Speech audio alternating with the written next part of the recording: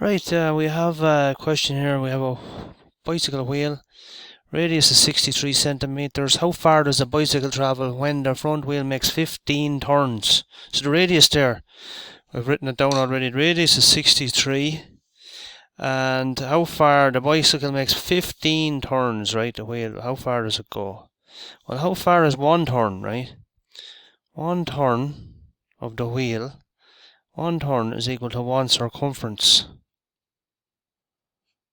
Alright, so usually we use the letter C for circumference, for the length of one turn, one lap around the wheel. And C can be calculated from the radius using this formula. C equals 2 times pi times r, 2 pi r. And we're going to be making 15 turns, so that would be 15 times C. So you could have 15 multiplied by C would be equal to 2 pi r multiplied by 15.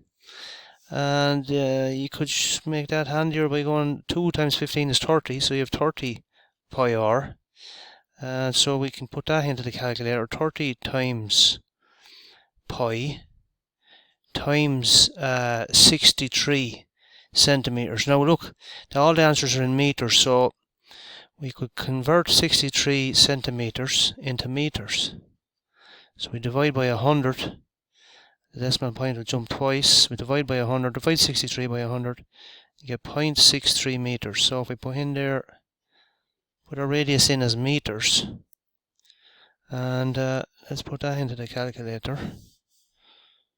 So we have 30